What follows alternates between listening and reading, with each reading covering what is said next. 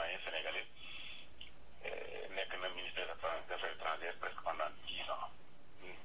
nekk na aussi ku gëm li ñuy tuddee panafricanisme mooy bu les pays africains dajaloo dans un cadre économique dans un cadre juridique dans un cadre politique unité boo xam ne ni day boole dëkk yooyu yëpp je crois que ci personnalité am loolu lu mat a xam la maintenant ci criminal complaint bi nga xam ne nii moom la US government tëral ne nangam lañ koy toppee mais comme ci jamono Karim Wade Sénégal comme ci jamono Khalifa Sall tey ak keneen ku ñu mënta jàpp te àtte guñ la am nga absolument li ñuy tuddee droit ou présomption d'innocence donc on présume que il est innocent lii ñu koy toppee defu ko waxu ko jusqu'à preuve du contraire criminal complaint boobu li muy gudd yëpp 56 pages yëpp concerné wu ko moom parce que am na beneen bi moo xam ne ni diggante citoyen chinois boobu nga xam ne il est originaire de Hong Kong ki nga xam ne moo jiite NGO compagnie boobu noonu ak le gouvernement ougandais moom yoonam nekku ci donc li ñu xam mooy li criminal complaint bi wax mooy à partir de octobre 2014 daje na ak chinois bu ñuy wax Chin Peng Ho ñu daje ci dans le cadre de la 69e assemblée générale des Nations Unies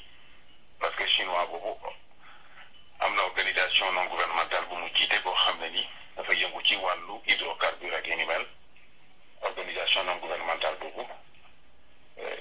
compagnie pétrolière bu chinois bi nekk Chine mooy pratiquement moo ko set up en quelque sorte à Hong Kong ñu waxtaan lu ñuy def ba def opération seen diggante ñoom ñaar boobu mu kooku ñu mën a gën a rataxal seen présence au Tchad ndegam fekkoon na ci période boobu la compagnie d'État pétrolière bu Chine amoon na ay jafe-jafe avec le gouvernement tchadien am ay daan yu ñu leen tegoon yoo xam ne nii mu ngi jëm ci wàllu sanction financière yu ñu leen tegoon yu ñu waroon a fay donc ci cadre boobu la ñu waxtaan mu ne leen dana liggéey ak ñoom utiliser ces relations parce que Cheikh Tidiane Gadio apparemment il a des rapports très proches avec le président Idriss Déby bu Tchad donc foofu la criminal complaint bi déparé ñu dem ba ci biir ñu expliqué ne ci rencontre yi ñu jot a am ci élément téléphonique yi ñu jot a am waxtaan ci email yi ñuy échangé donc Cheikh Tidiane Gadio xelal na leen ñu fay ñu neexal président Idriss Déby xaalis ñu toll ci $2 millions ñu jox ko yaa xam ci fondation bu mu tëral la ñu def ko fa wala ñu dugal ko ci ay activité politique am wala leneen. $2 millions ci dollars. $2 millions ci xaalisu dollar bu ko defee moom il devra être payé à hauteur de moom ci boppam service boobu ak liggéey bi mu ci def ñu fay cabinet de consultance bi nga xam ne moom la CEDEP Sénégal mu tuddee ko Gadio Firm un cabinet de consultance ñu fay ko ci valeur bu $500,000 yooyu mooy donc les éléments de base ci diggante bi am na voyage bu ñu fi CEDEP mu ànd ak délégation boobu noonu ñu dem Tchad ñu dajeeg le président Déby ñu dellu si waat ba ñi nga xamee ne ci biir criminal complaint bi sax jàpp nañ ne ndegam sax jox nañu le président du Tchad $2 millions taxul liñ doon wut ñooñu ñu am ko parce que biñ demee ba ci biir dañu bëggoon ay droit exploitation ak exploration ci biir Tchad ak ay blocs pétroliers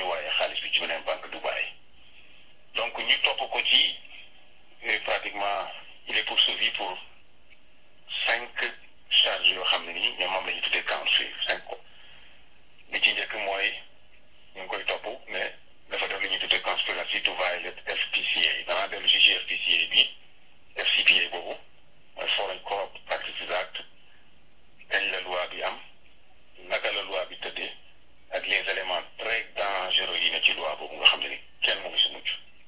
képp koo xam ne nii li lay muccal ci loi bi rek mooy nga toog sa réew di liggéey di fayeeku salaire saa yoo amee des activités au niveau international danaa la wax li tax loi bi mën la daane donc conspiracy to commit duñ ko waxee ci droit fédéral américain wala ci US code comme ni ñu koy tuddee mooy daje ngeen waxtaan ngeen nas ngeen fas yéene ngeen dans le droit germano-romain pratiquement l'intention criminelle n'est pas réprimée mais ci common law dans le droit germano-romain bu ngeen dajee waxtaan sans la matérialisation de l'acte mën nañ la bañ a daan ci li wolof yi naan rey leen ko am na lu mu def waaye rey leen ko am na lu mu xalaat wala mais dans conspiracy law fii dafa yaatu ni ñu ko bindee effectivement loolu lañ ci jublu fexe ba xoqatal la sax waxuñu def waaye nas ko rek boo xalaatee li la ciy toog doo ko fekk donc le fait que mu dajeeg Chinese boobu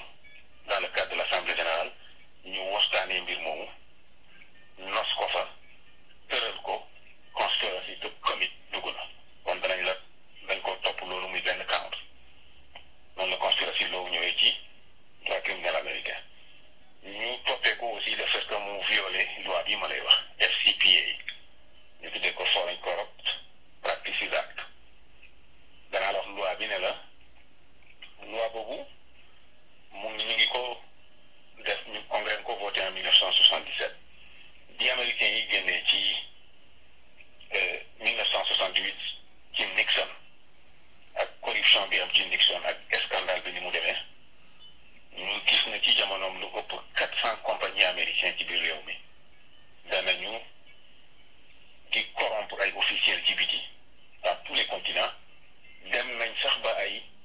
xaalisu étranger di financer ay élections finies def lu ñu tuddee slash fund jël ay xaalis yoo xam ne ni dañ ci laxat jaan dugal ko ci élection yi bi réew mi rendre compte loolu ci la congrès voté loi bi ñuy tuddee FCPA Foreign Corrupt Practices Act muy ñaari disposition essentielle benn bi lépp lu jëm ci wàllu corruption moom la ñuy tuddee anti-bribery beneen bi ci wàllu naka la comptabilité bi di doxee compagnie boo xam ne nii boo dépensé xaalis li nga dépensé ne bind leneen ne nangam la woon te fekk lu dul loolu am na looy nëbb bu boobaa yoon dana dal sa kaw loi bi kon noonu la tëddee disposition bi ñu intéressé ci wàllu Cheikh Tidiane Gadio mooy lépp lu jëm ci wàllu corruption bi mooy anti-bribery disposition boobu loi bi li ko tax a jóg mooy li ñu tuddee issuers lépp compagnie boo xam ne yaa ngi ci réew mi am fi activité di fi par exemple périodiquement nga inscrire yaa xam ci bourse bi la di fi defee affaire wala nga yor activité yoo xam ne nii yoon jàpp na périodiquement wala nga di def ay rapport di comptabiliser di bind naka la say activité dexe yow la loi bi dal na sa kaw wala boobu loi bi yow yaa ko tax a jóg ak li ñuy tuddee domestic concern mën nga nekk US citizen mën nga nekk national mën nga nekk comme Cheikh Tidiane Gadio lawful permanent resident maanaam borom ñooñu maanaam borom green card ñooñu loi bi tax na la jóg biñ demee ba 1998 sax yi yokku nañ ci yeneen entité yoo xam ne ni du issuers du domestic concern ndax pour loi bi ñu gën ko yaatal yow mi nga xam ne doo citoyen américain mais mën nga ñëw ci réew mi fii wala de l'étranger mën nga utiliser service réew mi loi bi bu boobaa loi bi dal na sa kaw gis nga Chinese bi du US citizen mais sur le territoire américain am na yu mu fi def yoo xam ne violé na loi bi en dehors du territoire américain am na lu mu fi def loo xam ne violé na loi bi danaa ci dellu si léegi mooy money laundering boobu noonu donc nga gis ne kon loi bi noonu la tëddee donc ñu topp ko ci il a violé les dispositions yi nga xam ne moo nekk ci Foreign Corrupt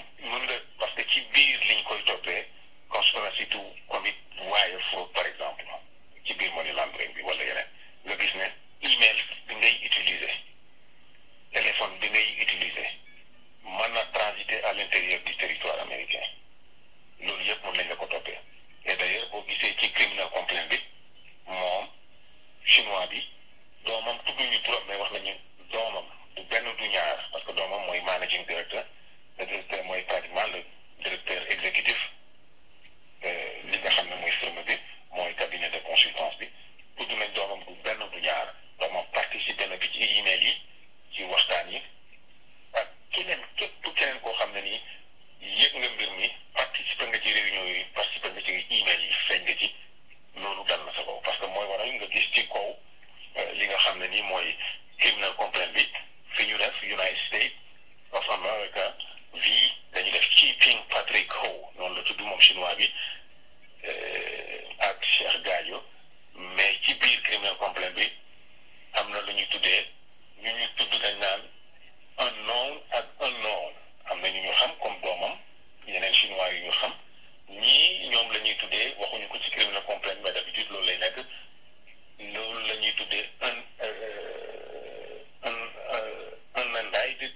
co-conspirator mooy ñii xam nañu ne ils ont participé ci mbir mi kenn inculpé wu leen pour le moment alors ñooñu ëllëg ils peuvent être sous le même coup et certainement mën nañ leen indict te bu feeñ ci criminal complaint bi lancer leen mandat d'arrêt quelque part bu ñu voyagé ñu jàpp leen wala ñu indict leen aussi inculpé leen placé ko sous scellé comme ni ñu def ci criminal complaint bi parce que mënoon nañu lancer criminal complaint bi lancer un mandat d'arrêt international mais wóolu wuñ sax le système international jàpp nañ ne bu boobaa mën na fenn ñu yëg ko duñu tukkiw wala dootuñ fi ñëwati mais xam nañ ne tôt ou tard ils vont venir ici parce que s'il nañu indictment bi bu ñu ñëwee ñu jàpp leen donc je crois que élément boobu aussi joué na ci maintenant certainement danañu dellu si ci waxtaan wi léegi l'aspect politique du dossier loolu je crois que c'est des éléments importants. bala ngaa ñëw ci détail technique yi nga xam ni moom moo tax américains yi mën leen a jàpp si seen loi yooyu wax nga risques yi nga xam ni moom moo nekk si kawam léegi dama bëgg nga ñëw si ay chance am yan chance la am surtout bu ñu xamee que ni ancien ministre des affaires étrangères la normalement xëy na waroon na yor passeport diplomatique c'est un député élu à l'Assemblée nationale te si dégg-dégg tam nee nañu le président de la République mi ngi activer ay leviers au niveau diplomatique lan mooy chance am à partir du gouvernement du Sénégal. Ok, il n'y a aucune chance, aucun moyen de pression sur la justice. Donald Trump mu ngi jiite moo doon problème foofu il est sous enquête judiciaire doomam mu ngi nekk sous enquête judiciaire gorom mu ngi nekk sous enquête judiciaire doomam mën na dem kaso gorom mën na dem kaso mënu ci dara ndax kon na le directeur du FBI terewut l'enquête continue tey l'enquête est en train de s'orienter directement vers doomam Mike Flynn c'est un ancien général 3 étoiles c'est l'ancien patron des services de renseignement mën na dem kaso tey doomam mën na dem kaso Paul Manafort c'est un multimillionnaire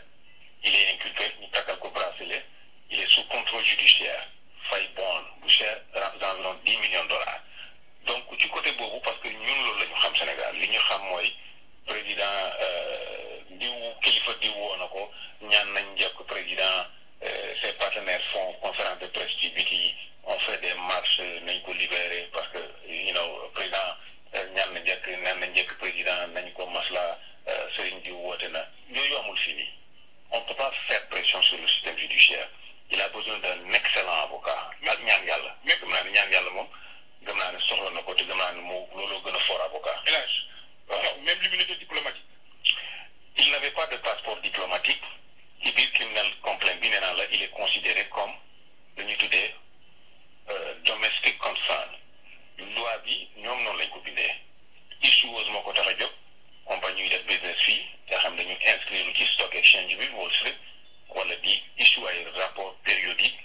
ou bien nga nekk US citizen nekk US national wala nga nekk lawful permanent resident dans ce cas-ci lawful permanent resident la bu wàccoon JFK avec un passeport diplomatique et d'ailleurs loolu moo tax mënuma comprendre quelqu'un qui a été ministre des Affaires étrangères pendant 10 ans il a représenté le Sénégal ci ay mbir yu bëri parce que am na une convention internationale contre la corruption boo xam ne bu muy nekk ministre des Affaires étrangères boobu lañ ko créé sous l'égide des États-Unis disposition yii ma la wax ni nekk ci Foreign Corrupt Practices Act bi ce qui a été repris dans cette convention et les États-Unis l'ont ratifié je crois en 2006 Sénégal signé na ko et beaucoup d'autres pays et récemment il était impliqué moom ci la crise entre le Soudan et le Tchad il a été le représentant de l'Organisation pour la conférence islamique en République centrafricaine pendant plusieurs années il a représenté le Sénégal il a été sur des zones de conflit certainement il a pris des décisions dans le cadre de l'État du Sénégal yoo xam ne mën na risquer vie am mën na risquer liberté am il est député à l'Assemblée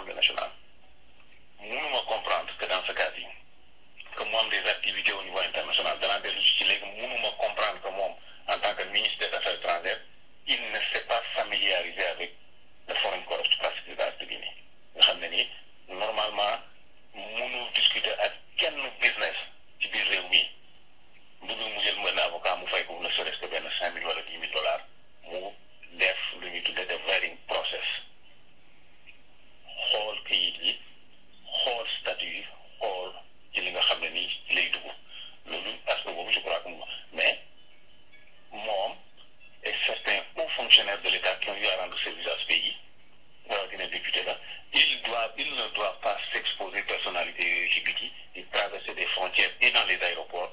amuñu garde du corps ne serait-ce qu'avec une immunité ak liis une immunité diplomatique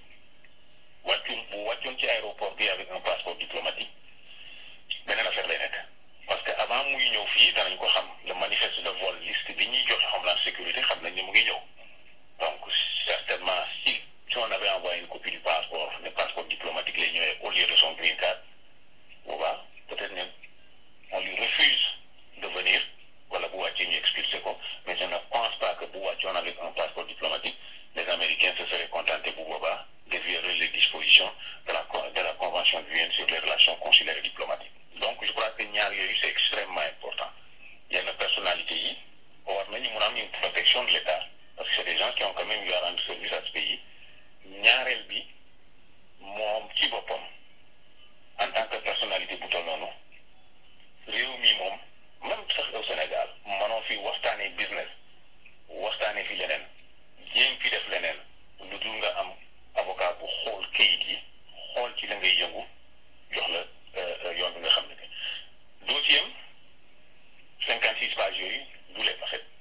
li ci ëpp ci criminal complaint bi ay email la ak i fond transcript bank statement ak pas bank statement financial statement ak bank record donc loolu yëpp FBI parce que am na une unité spéciale du FBI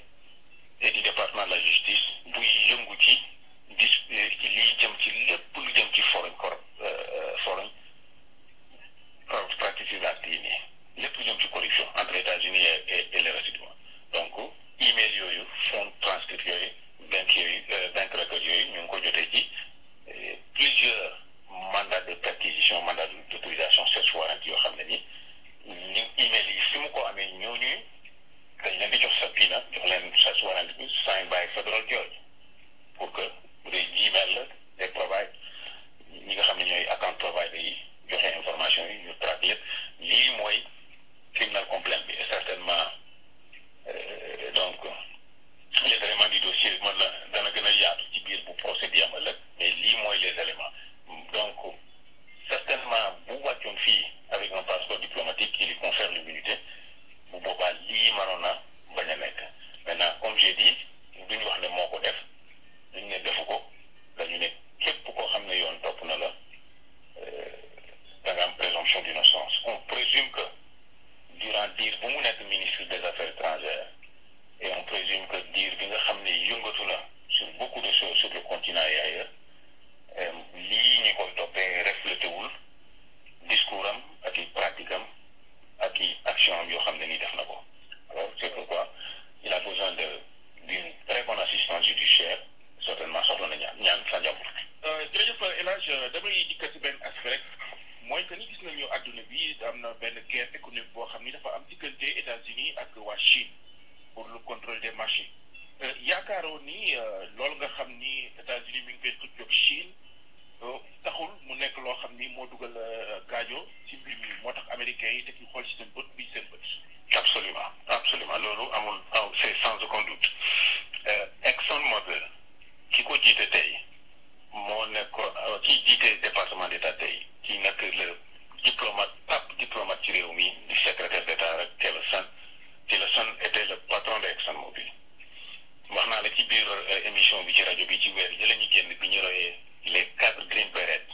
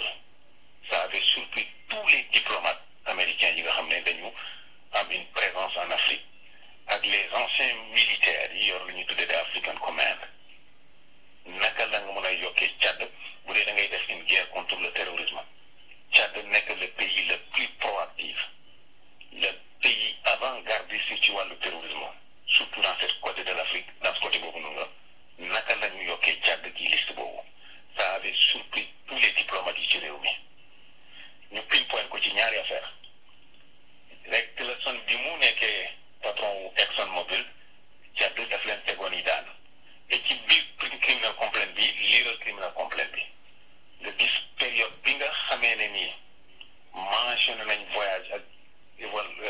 bi compagnie chinoise bi waree dem Tchad période boobu Tchad amoon na ay salaires impayés parce que boo defee recherche yi nga xool criminal complaint bi nga xool ay articles de presse yaa xam ne ngay xool The Financial Times wala Reuters côté août boobu 2014 il y avait des problèmes au Tchad de paiement de salaire et des bourses d'étudiants mais effectivement période boobu aussi ci la ñu tegoon daan yu tar ci ExxonMobil mu waroon fay 78 milliards de dollars après juboo nañu ils n'ont pas payé autant mais FBI du ñu wax ci criminal complaint bi wala ci yeneen l'enquête est partie de quoi parce que une enquête toujours am na fu mu jël yaa xam tips la yaa xam dara la quand cette compagnie pétrolière chinoise a commencé à frayer benn chemin ci côté Tchad ak yeneen réew yi et certainement ci la y a eu des complaintes mais li koy permettre aussi mooy américains yi xam nañ les pays qui sont vulnérables à la corruption xam nañ ko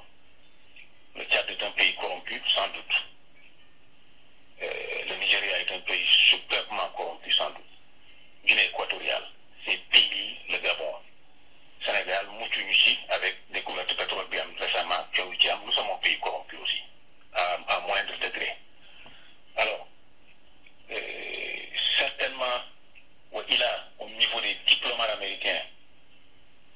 complaint boobu am na wala ci ExxonMobil complaint bi am na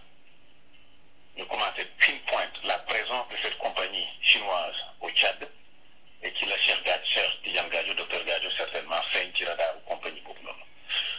loolu c'est sans aucun doute xoolal bu baax li ma la wax liiral criminal complaint bi nga pinpoint date yi nga comparer ko avec des articles de presse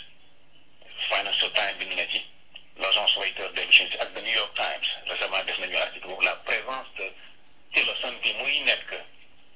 patron wu ExxonMobil dans cette partie de l'Afrique da nga gis bu baax li ma lay wax donc côté boobu c'est absolument sans aucun doute donc bu fekkoon li mu def il l'avait certainement fait pour une compagnie américaine konoon coow moom na bañ a am mais je ne veux pas loolu signifié wul que les Américains mosuñu reconduire ay Américains yu violé disposition Foreign Corrupt Practices Act wax naa la fii William Jefferson III congressman de Louisiana 13 ans de prison 2023 lay génn James Traficant congressman ni ku weex from Ohio 23rd district ak ñeneen ak ñeneen boo defee recherche da nga gis des dizaines des centaines de personnes daanu nañ ci loi bi nii nit ñu weex ay patrons sélectionné wuñu loolu mais je veux simplement dire que lu dee guerre économique boobu ñàkku ci ndax ExxonMobil def na li ni mel et c'est confirmé par des articles de presse avec la Guinée équatoriale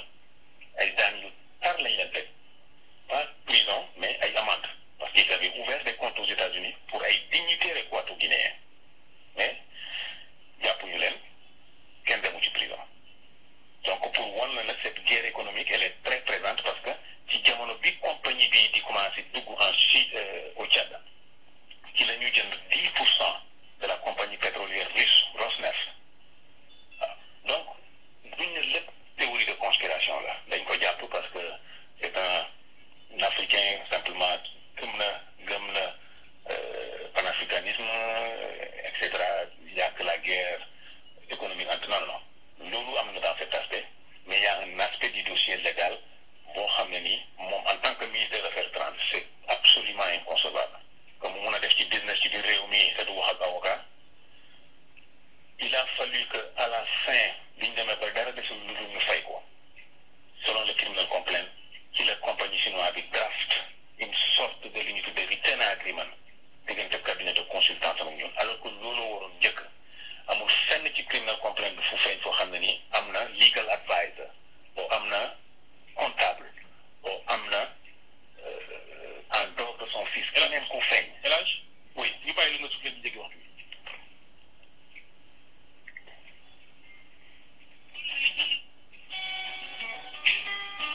WPAT Patterson and worldwide from New York City at www.WPAT930am.com. Listen. Got an old car? You can donate it, whether it's running or not, to the United Breast Cancer Foundation and save a life. They'll even come and pick it up for free. The United United Breast Cancer Foundation has saved hundreds of women's lives through their free or low-cost breast screen exams. But now they need your help. The United Breast Cancer Foundation wants to save more lives through early detection by offering women free or low-cost breast screening exams. And donating your old car, SUV, or truck, whether it's running or not, helps pay for them. Plus, you get a charitable tax deduction. Help the United Breast Cancer Foundation save lives by donating your old car, SUV, or truck. Call now for free pickup. 800-245-0471. 800-245-0471. 800-245-0471. Call right now. That number again is 800-245-0471. Individuals and businesses with tax problems, listen carefully. Do you feel like you're losing control over your finances? If you owe over $10,000 in back taxes or have unfiled tax returns, we can help you take back control. The IRS is the largest and most aggressive collection agency in the world, and they can seize your bank account, garnish your paycheck, close your business, and file criminal charges. Take control of your tax problems now by calling the experts at Tax Mediation Services and take advantage of the Fresh Start program and new laws that may allow us to negotiate a settlement for the lowest amount possible. Our team of tax attorneys and enrolled agents can stop collections and get you protected so you can take control of your financial future. Tax Mediation Services is accredited by the Better Business Bureau. Call now for a free case review and a price protection guarantee quote. Call Tax Mediation Services now at 800-610-9050. That's 800-610-9050. 800-610-9050.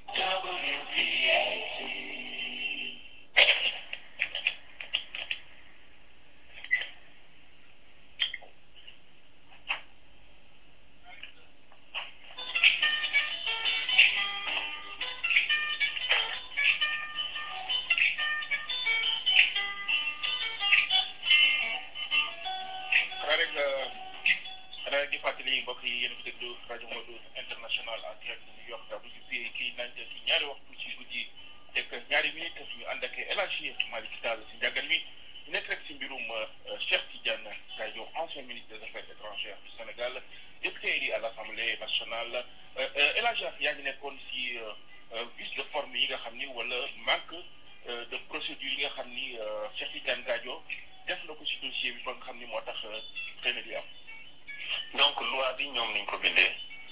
les interprétations sont absolument larges. Même yow mi nekk Sénégal doo citoyen Amérique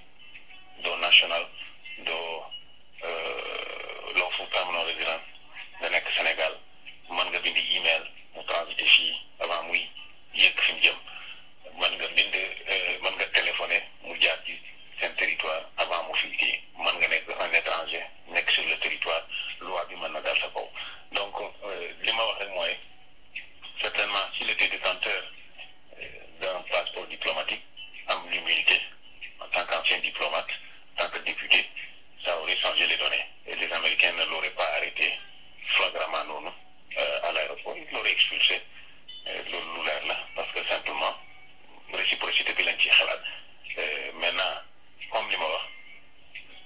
l'aspect économique, l'aspect politique du dossier loolu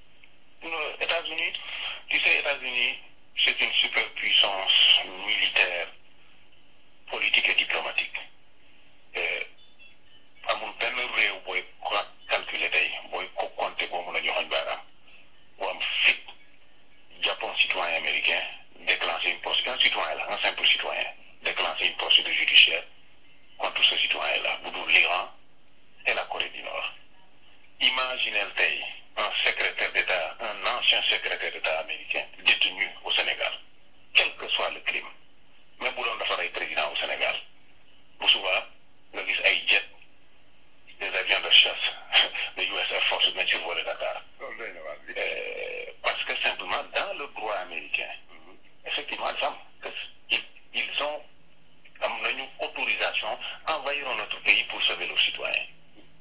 Et ça ne veut pas dire que maintenant c'est un système judiciaire c'est absolument corrompu wala dafay mel ni comme yeneen pays yi ba lim. Ça veut simplement dire que dans le cadre du dossier yi mel nii dafay am ce qu'on appelle l'aspect politique du dossier. Effectivement li muy def moom la biir si di def amul beneen différence fee dañ ko codifier légaliser ko fii dañ créer loi ne c'est un crime mais ça n'empêche pas am na ay américain li ñu tëj ci américain ci foreign corrupt practices act moo ëpp lu ñu tëj ci ay étranger ils répriment la plupart ñu ci jàpp c'est des américains ay tubaab yu weex tàll pour combattre effectivement la corruption mais là bi ici li ñuy def mooy parce que fii c'est légalisé ñenn ñuy def li ñuy tuddee foreign agents loolu la ñuy def ils représentent des gouvernements étrangers aux États-Unis. Mike Flynn dafa rétroactivement register as a foreign agent. Paul Manafort dafa rétroactivement register as a foreign agent parce qu'ils ont travaillé pour le gouvernement ukrainien. Mike Flynn pour la Turquie. Donc fii c'est légalisé tur yi bokkul ñu tuddee ko lobbyiste dañuy am xaalis ils vont influencer en contre dañuy fayeeku ay services bien déterminés mais ils vont influencer une législation par exemple sur healthcare une législation sur les armes sur yeneen ak yeneen donc il faut distinguer l'aspect politique du dossier gouvernement l'exécutif ci côté boobu noonu il y a un aspect politique du dossier mooy effectivement am na yu ñuy def yoo xam ne nii ak li mu def il n'y a pas une très grande différence mais une fois encore mooy li ma wax voilà éviter tout contact avec les États-Unis comme l'Iran et la Corée du Nord ou bien nga mettre en place li ñuy tuddee retaliatory des mesures de représailles en quelque sorte Sénégal war na protéger quelle que soit la personnalité politique parti bu mu bokk un ancien ministre des Affaires étrangères pendant 10 ans a droit à une protection ci frontières yi muy traverser entre aéroport et aéroport il doit l'avoir un ancien président de la République am na droit am protection boobu noonu mais ci côté bii nii maintenant c'est absolument inquiétant pour lui 5-5 ans la beel bi certainement suba la est-ce que dana mit selon avocat am dana xeex pour beel est-ce que mit na requirement pour beel pour bond boobu noonu il n'a pas d'adresse fixe finie à ce que je sache il a de job fini certainement bu ñu ko doon beel aussi souvent c'est des montants absolument élevés mën na ko bañ a kii souvent comme li ma la beel yi ba ne ay $1 million jëm kaw la ñuy laaj placé ko sous contrôle judiciaire xam nga electronic monitoring ak yi ni mel mais je crois que le gouvernement du Sénégal war na protéger certaines personnalités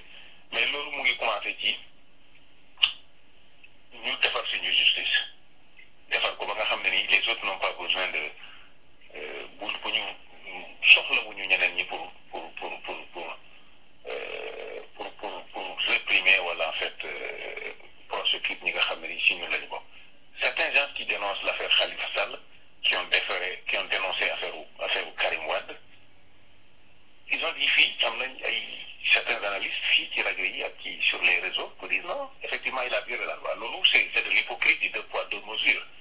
sur l'affaire Karim Wade à l'époque l'affaire Khalifa Sall aujourd'hui ku ci nekk ci ñooñu tu as droit à la présomption d'innocence on considère que ñooñu à l'époque on avait toujours dit defuñu ko ba ñuy wax ne yaa ko def certainement système judiciaire yi bokkul mais mënoo wóolu américain yi au point que si c'est le système judiciaire américain lépp jaar na yoon donc moom il est coupable on lui fait même pas bénéficier la présomption d'innocence bu dee keneen bu dee suñu dëkk la alors ñu ne c'est de la politique waaw jàpp dafa amoon benn auditeur bu nekk sur la ligne mais xam naa ni ñu ngi koy jéem a jotaat mais li ma bëgg a ñëw rek mooy que ni comparaison n'est pas raison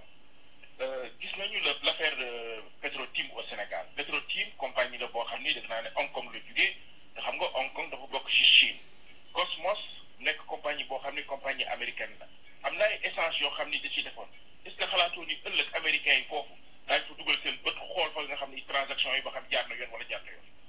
Je sais que les compagnies américaines yi opèrent à l'étranger ne prennent jamais le risque pour fay bribery ci biti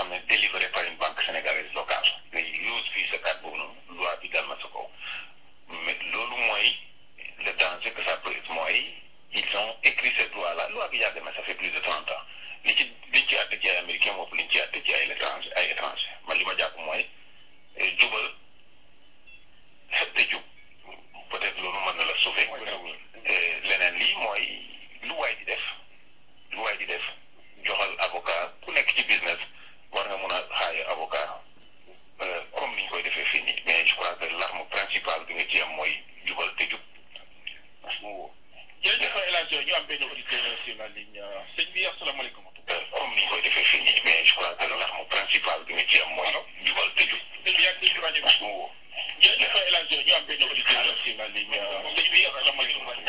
allo. salaamaaleykum. voilà maaleykum salaam. ça va. man sama question presque tontu nga ko parfois. allo. waaw li lay dégg. mais damay laaj rek dictionnaire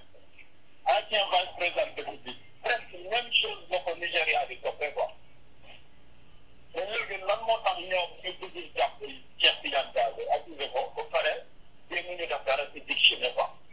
ndax affaire bi dañ koy jaay foofu doole wala lu mu laal intérêt économique moo tax ñu koy daal quoi mais côté logique moom tontu ma ko ba pare loolu laa bëggoon laajte quoi. wax nañ ko waxaat ko dictionnaire ne se déplacera pas ci benn réew boo xam ne nii fu mu jëm avant mu fay yegg l'ambassade des États-Unis sur place danañ xam ne dictionnaire gi ñëw dictionnaire d'ailleurs du tukki mais c'est pour donner un exemple George Bush Donald Rumsfeld ak ku ñuy wax David Addington ak yeneen i kilifa yu liggéeyoon ak ku ñuy wax John Yoo actuellement je crois qu'il enseigne à l'université de Californie ak yeneen i lawyer ñii ñoo def les tortures ñoo sedap li ñuy tuddee ñoo defoon ci jamonoom boo ko fàttalikoo li ñuy tuddee extraordinary rendition jàppi nit sedap ay black site lañ ko tuddee woon bu réew mi doon suivre actualité bu baax di ko durant la guerre en Afghanistan et en Irak ubbi ay prison ci yenn réew yi des anciens pays de l'Europe de l'Est Égypte yóbbu fa ay nit di leen torturer on a même enlevé certains en plein jour en Italie alors ñii dañu commettre lu ñu tuddee des crimes de torture et que en droit international crime de torture amul lu ñu tuddee statute of limitation y a pas de délai de prescription foo nekk mën na la jàpp mais imaginez que bu ñu doon dem feneen tey dañuy am full support seen embassy et je suis absolument sûr qu'ils voyagent avec des passeports diplomatiques avec full immunity alors sama côté boobu c'est di engagé bu dee li criminal complaint bi wax moo am email yooyu am na bu dee loolu am na bu dee téléphone bi am na en tant que ministre des affaires enfant ministre des affaires étrangères bàyyi na loxoom ci côté boobu noonu saggan am na foofu noonu mais je veux simplement dire que bu dee ne Sénégal mënul protéger des anciens hauts dignitaires qui ont rendu service à l'État nañu leen assurer le minimum mooy une protection légale assurer leen des passeports diplomatiques pour que ñu am sa full immunité diplomatique à travers frontières yi nga xam ne ñu ngi koy traverser ça leur permettrait ñuy éviter yi ni mel les Américains dañuy def overreach même loi bii la ñu dawal ci le dossier de la FIFA nga xam ne ñi ci ëpp du ñooy américain ils n'ont jamais été pratiquement sur le territoire américain bi ñu koy def et pourtant ñoom ñëpp ils ont été inculpés pratiquement parce que pour lan ci money laundering boobu mu ngi ci ak wire fraud boobu moo xam ne ak conspiracy to commit wire fraud parce que simplement ils ont utilisé certainement Visa card wala benn Mastercard pour def seen i transaction wala utiliser système email parce que simplement l'Amérique est une superpuissance militaire politique économique et diplomatique am nañu doole boobu pour jàpp ku leen neex et que certainement si un ancien secrétaire d'État était détenu ailleurs tey li ma la wax moo ci nekk bu boobaa ñu scramble bu ñu amee ay jet yoo xam ne ni c'est positionné dans des porte-avions ces avions vont survoler Dakar ci lu yàgg loolu lu am la léegi nag tesum kanam borom a koy fayal boppam mooy réew yëpp ñàkk fayda am Chine bokk na ci réew yi ñàkk fayda ci côté boobu noonu parce que am na ñaari basketteur wala ñett yu ñu jàpp récemment for shoplifting bi Donald Trump intervenir rek ci président Xi Jinping alors boo yooyu ils ont été libérés alors que bu ñu la jàppee for shoplifting le président américain ne peut pas intervenir ci processus judiciaire boobu pour ñu bàyyi la donc côté boobu mooy ñun ñu jël la guerre contre la corruption ñu jël ko def ko un combat national def ko une religion nationale ñu jël l'indépendance judiciaire def ko muy dëgg def ko suñu religion nationale def ko un combat national et bàyyi tapale gi parce que notre système judiciaire n'est pas indépendant et nous vivons dans un pays et une société où la corruption est tolérée yooyu nag boo ko amee mënuloo taxaw ne parce que nangam ak nangam mais bu ñu ko defoon combat dëggal ko suñu réew di ko xeexal suñu bopp du ñu bokk ci ñi nga xam ne dañ ñu joxoon di ñu jox mais les Américains je suis absolument d'accord ak yow ci côté boobu noonu parce que dañu am doole mooy waral aussi ñuy doxalee nenn ñi. Malick ma jël benn auditeur balaa ñoo dem allo allo ok allo allo waaw. El Hadj Malick maa ngi lay nuyu. maa ngi rafet ñi nekk d'abord man am na lu ma xaw a jaaxal rek moom normalement disposition yi xaw a Sénégal mooy ancien ministre de la. yaa ngi solo écouteur ah yoroo écouteur. ah kay. waaye il faut l'éliminer. comment je vais faire. dafay dawal. déglu ma bu baax ba léegi. waaye ba demal ñu xool mais écouteur bi moom mun na ñàkk. donc disposition yi amoon mooy ancien ministre de l'Affaires étrangères te ancien premier ministre toujours ils ont des passeports diplomatiques sauf qu'ils sont en mal avec le régime ce qui n'est pas le cas de Gagny mais man mon problème mooy quel rôle Gagny a joué au niveau de la remise de l'argent. lii c'est un document légal sworn testimony lañ koy wax enquête bi ñi ciy collaboré mooy FBI Homeland Security Investigation ak ñi nga xam ne nii ñoo yor li ñuy tuddee waa IRS yi mooy criminal investigation donc bu dee ne ci ni mu ñëwee ci criminal complaint bi c'est un document boo xam ne ni borom dafa waat et ce sworn testimony il n'a pas de nationalité américaine te ñaari nit ñu mu jege ñoo xam ne ni vraiment seq na ñoom de bonnes relations ils m'ont donc confirmé que amul nationalité américaine il est lawful permanent résident la. D'accord, de différents hôtels. Allô? Allô? waaw ñu ngi lay dégg nga ne. Oui, le gros du problème mooy ce qui est sûr mooy dara am loo xam ne Gagny dañu ko wane mais li wóor moom mooy depuis 2014 ba léegi maanaam képp ku mës a wax ak képp ku mu mës a waxal même bu amul rapport ak événement bi Gagny am nañ ko parce que copie yi day ñëw directement te bii c'est sûr que Gagny mën nañ ko imputer mais garder ko scellé mais rek muy wane encore cupidité africain yi parce que quand même pour 1 milliard 200 ñu jox la 200 millions nga éliminer 1 milliard.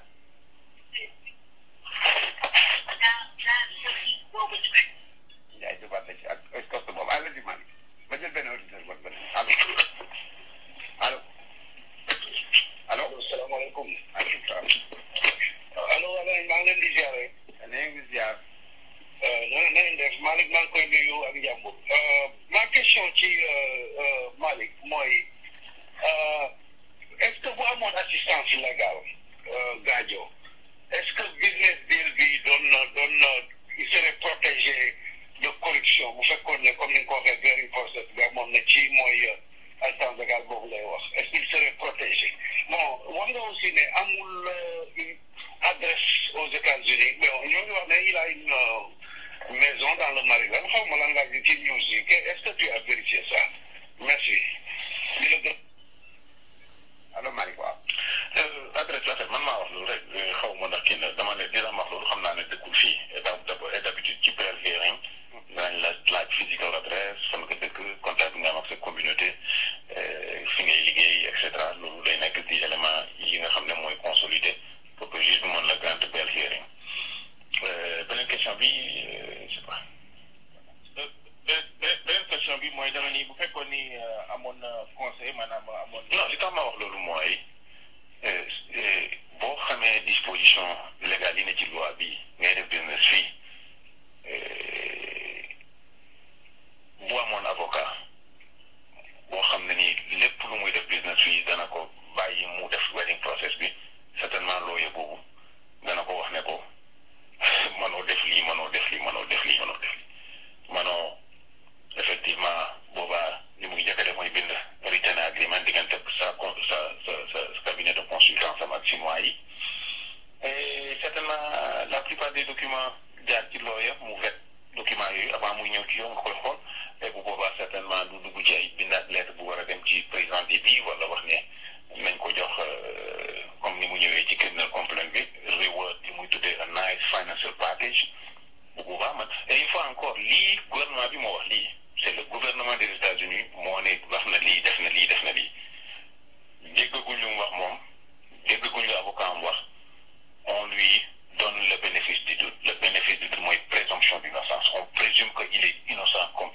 képp koo xam ne lii dal na sa kaw jusqu'à preuve du contraire mais certainement en tant que ministère des Affaires étrangères man sama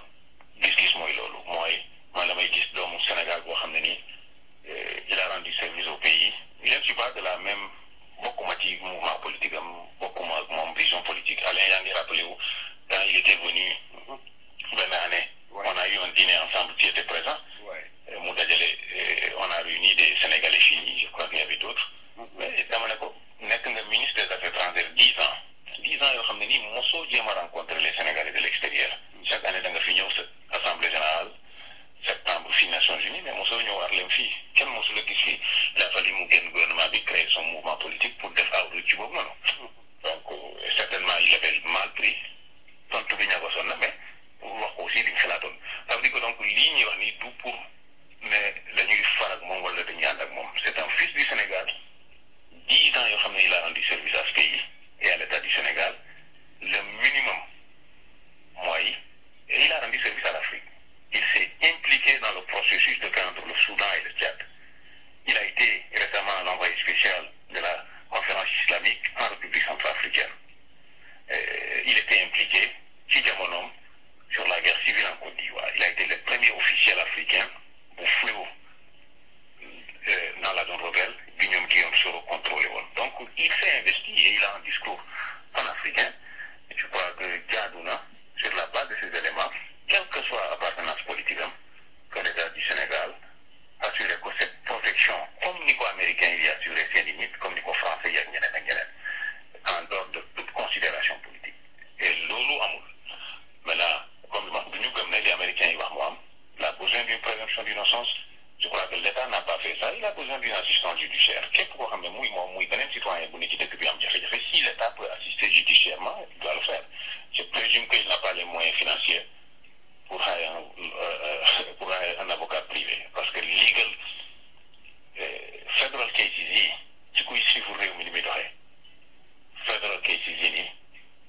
ça coûte excessivement cher. Voilà. Donc, côté Bobo, il a besoin d'assistance. Mais surtout, comme le man, ñaan la gën a dem sax que yooyu yaakaar naa ne soxla na ñaan aussi ci ñi ko mën a ñaanal mooy sa njàmbur. Et là, bala ñu laa bàyyi rek au-delà de Cheikh Tidiane Gadio mbir mi li muy wane est-ce que wanewul la cupidité des chefs d'État africains. La cupidité des chefs d'État africains. Des chefs d'État, des Africains en général. Je crois que Amadou Ndiaye jungi na ko. Voilà. Alors askan wi nga ko brader comme ça. Exactement. C'est à l'antipode du discours de Cheikh Tidiane Gadio. Beaucoup na ci ñi condamné, ñi critiqué la présence de 5 pays africains en République démocratique du Congo. Ci jamono, le Rwanda, l'Ouganda et d'autres pays, et le Congo étaient présents en République démocratique du Congo, d'y exploiter les richesses de ce pays-là. Ça a été dénoncé par tous les pays africains, ça a été dénoncé par l'ONU. Mais surtout, xoolal ci criminal complaint bi. Sanction bi daloon ci la compagnie pétrolière chinoise mooy dañu war a fay $1,2 milliard. 1 milliard. $1,2 milliard. ñu neexal président bi $1 million. ñu fay $600 millions. Cheikh Tidiane Gadio am $400 000 quand tu parles de cupidité. Et encore lii criminal complaint lii le gouvernement bi wax ne moo am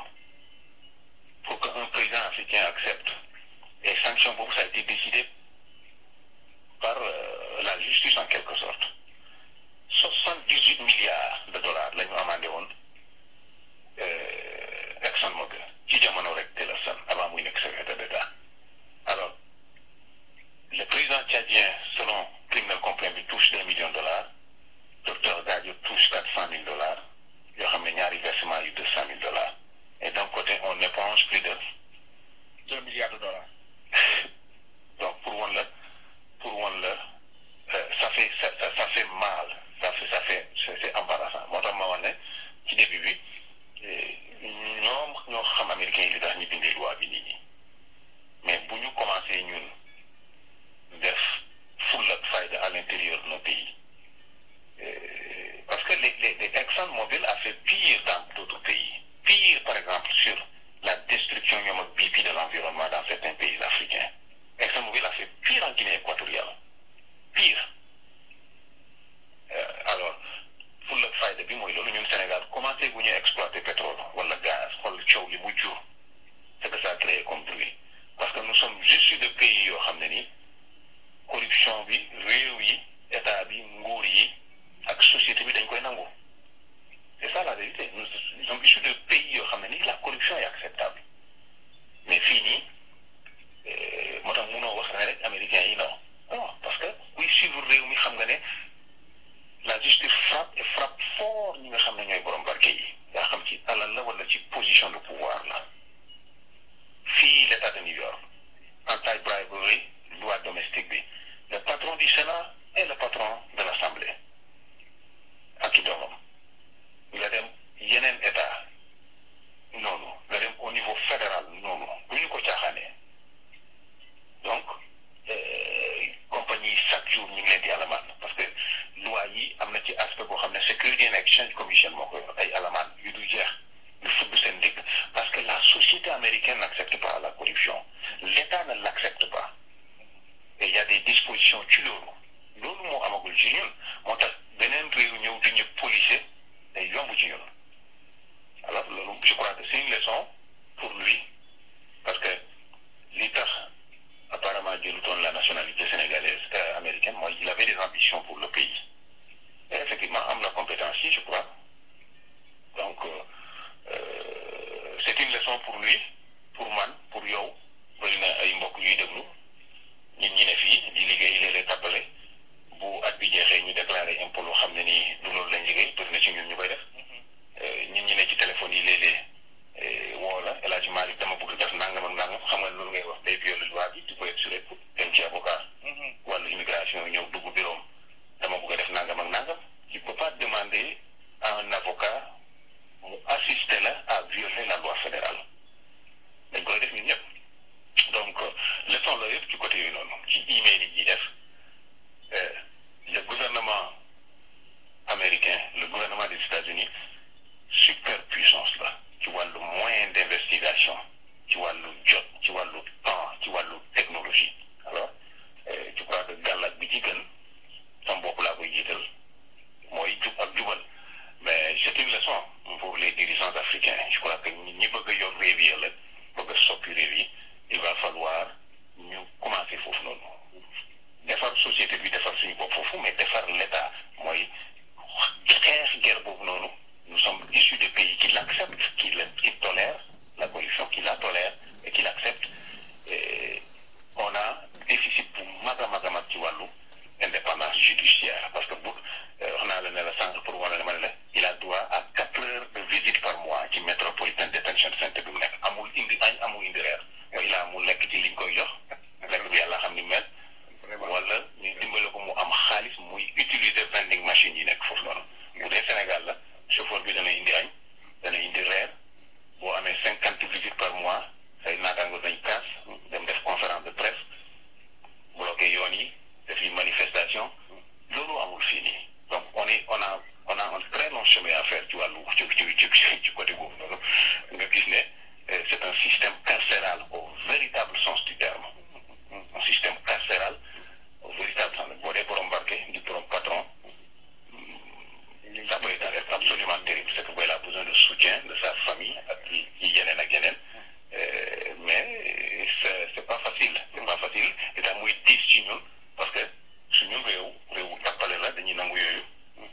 tëj nit bu guddee sax soxnaam ñëw fanaan fa on l'autorise ce qu'on appelle les visites conjugales souvent on l'autorise xam nga il y en a eu sur le cas du régisseur de la prison de Thiès gis nga li ci am parce que société bi moo nangu yooyu parce que état bi moo toll foofu noonu parce que nangu ñooy yemale citoyens yi devant la loi loolu nag boo ko amul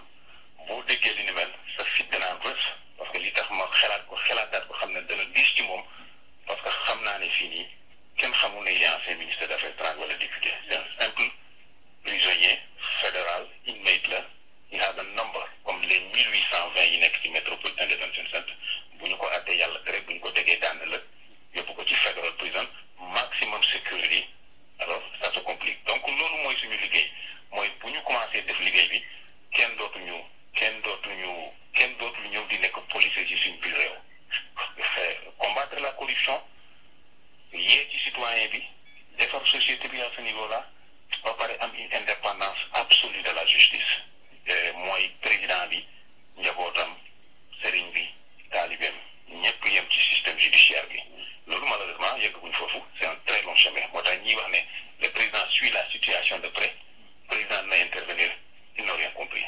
Donald Trump moo gën a soxla président Sénégal fuuf intervention ci Robert Mueller te mënu ko am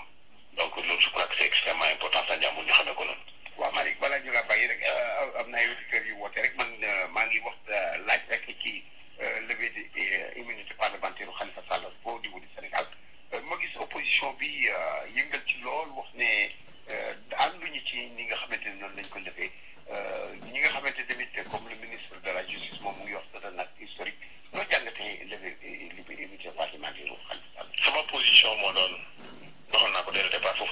jàppoon ne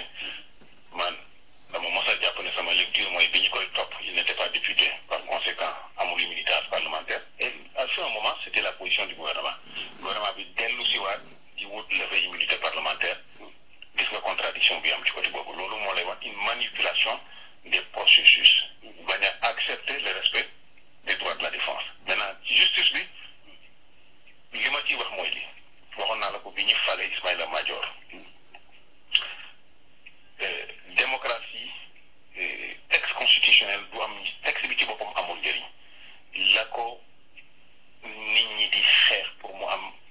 signification bu mu am njëriñ un garde des Sceaux n'a pas à se prononcer xaaral ma baamtu ko ci wolof ministre de la justice amul droit di yëkkati kàddoom dans une procédure judiciaire en cours amul droit bi mais bi ñu ko falee li mu njëkk a jëf mooy wut carte fësal nekkinam ci coordination xaw ma ban la mais ci digg kaba bañ ko falee demoon na Tamba def la même chose loolu moom lay tuddee la politisation du système judiciaire ñàkk imaginel dans certains pays mënuñu concevoir dañuy wax procureur nangam bu doon tey Cheikh Tidiane Gadio beneen réew la Afrique on aurait dit au procureur surseoir à l'enquête mu bàyyi ko kenn mënul arrêter cette procédure judiciaire là personne ne peut l'arrêter personne Donald Trump mënu ko arrêter Jeff Sessions mënu ko arrêter lan moo mën a nekk mooy procureur bi mën na décider drap Tchadji pour une raison quelconque wala un juge décide ne la procédure est illégale def la ñu tuddee ruet voilà on va en arrêt nañ ko libérer parce que am na habeas corpus loolu mën na nekk mais loolu mooy feeñ ci dans l'affaire Khalifa Sall mooy feeñ ailleurs mooy feeñ ci lii mooy li ma la mooy naka la ñuy def ba un garde des Sceaux dana am sax kersa prononcé wu sur une décision de justice wala sur une procédure judiciaire loolu yaa ngi koy amee ci bu dekkee ne président bi wax na la ne sama njabootu bopp ñi ma bokkal deret bu ñu defee dara na yoon dal seen kaw bàyyi yoon def liggéeyam malheureusement on n'a pas ça on politise la justice dans certains aspects loolu signifie wu nag maintenant toutes les procédures judiciaires sont politisées am na ay magistrats au Sénégal yu ragal yàlla am honneur ils font leur travail et ils savent que ils n'ont de compte à rendre comme il y a le magistrat n'a de compte à rendre que la loi et sa conscience am na mais d'un autre côté ci structure bi nam tëddee am na ay manipulation yoo xam ne nii léeg-léeg am nguur gi dugal loxoom ci système boobu noonu dans l'affaire Khalifa Sall wax naa la aussi duma ci dellu si waat la ma jàpp ci dossier bi quel que soit lu ñu ma àndal wax y a l'aspect politique du dossier maanaam bu bokkoon amutoon benn ambition politique tey dossier bi du taxaw mais leneen li mooy sur la base du rapport de l'inspection d'État dossier bu am na élément judiciaire te la ma waxoon moo ci nekk mooy kaawu Gadio kaawam ak yeneen boo amee ambition am foo bëgg a dem am ci loo bëgg a jàpp ñi ànd ak yow dañu lay protéger ñi ànd ak yow dañu lay conseiller dañu lay protéger wër la ndomb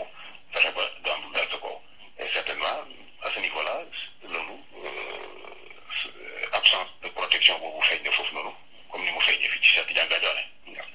jërëjëf El Hadji Malick Tall dafa ne wax nga wax ji def résumé ko jub ak jubal waaye tamit doylu yàlla ci yàlla xiir naa ni def nga rendez-vous ak li nga xam ni mooy problème bi yëpp képp koo xam ne si bopp lëndëm woon na tey jii leer na ñu lay sant di la gërëm xam nañ ni guddi nañ ngi excusé wu vraiment si retard bi waaye na nga lii le Sénégal yi doon xaar bare woon na ñoo xam ne ñu ko doon xaar pour seen boy ubbeeku am ngeen ko ba merci beaucoup vraiment ñu ngi lay sant di la gërëm di la wax ba diwee incha allah rabbi merci